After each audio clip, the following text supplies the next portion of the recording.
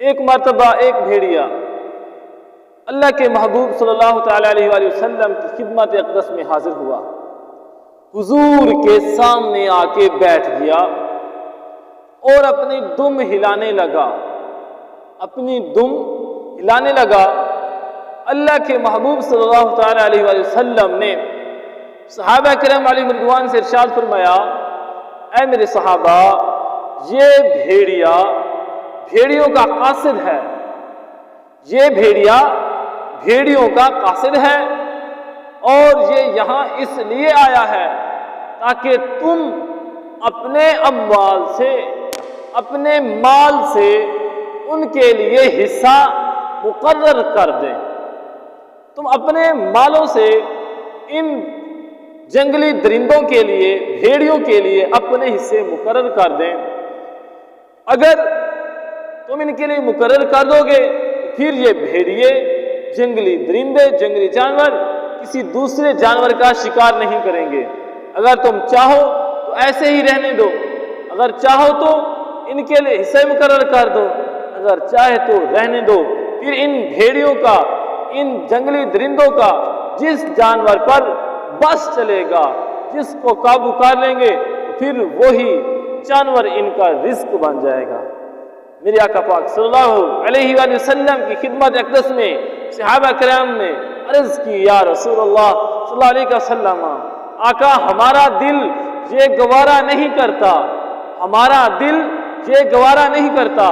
آقا کہ ہم ان جنگلی درندوں کے لیے اپنے مالوں میں سے حصہ مقرر کر کے دے دیں۔ اللہ کے محبوب صلی اللہ تعالی علیہ وآلہ وسلم نے جب سنا تو صحابہ کرام کی بات کو سنا، اللہ کے محبوب نے اس بھیڑیے کو 3 انگلیوں سے اشارہ کیا، ایسے 3 انگلیوں سے اس بھیڑیے کو، بھیڑیوں کے قاصد کو اشارہ کیا، وہ بھیڑیا وہاں سے چلا گیا۔ حضور نے اسے اجازت دے دی، میرے آقا کے غلاموں، میں اس جگہ پہ میں آپ سے عرض کرنا چاہتا ہوں، قربان جی اللہ کے محبوب کے شان پر، اللہ کے محبوب کی کہ علم مبارک پر، کہ وہ بھیڑیا آ کے بیٹھا اور اپنی دم ہلانے لگا۔ اللہ کے محبوب نے جان لیا کہ یہ کیا عرض کرنا چاہتا ہے، یہ یہاں پر کس مقصد کے لیے آیا ہے، اور اس بھیڑیے کو دیکھیں، اللہ کے محبوب نے 3 انگلیوں کا اشارہ کیا اور وہ بھیڑیا وہاں سے چلا گیا۔ اگر اس حدیث سے یہ بھی معلوم ہوتا ہے، اگر صحابہ کرام علیہم رضوان حصے دے دیتے، اللہ کے محبوب گائے، بھینس، بکری، بھیڑ سے درندوں کا حصہ مقرر کر دیتے، تو آج یہ جنگلی درندے یعنی کہ شیر، بھیڑیا، چیتے اور بکریاں وغیرہ جتنے جانور ہیں، یہ سب ایک ہی گھاٹ سے، ایک ہی تالاب سے، ایک ہی حوض سے پانی پیتے۔ اگر صحابہ کرام علیہم رضوان اپنے مالوں سے حصہ دے دیتے، شیر اور بکری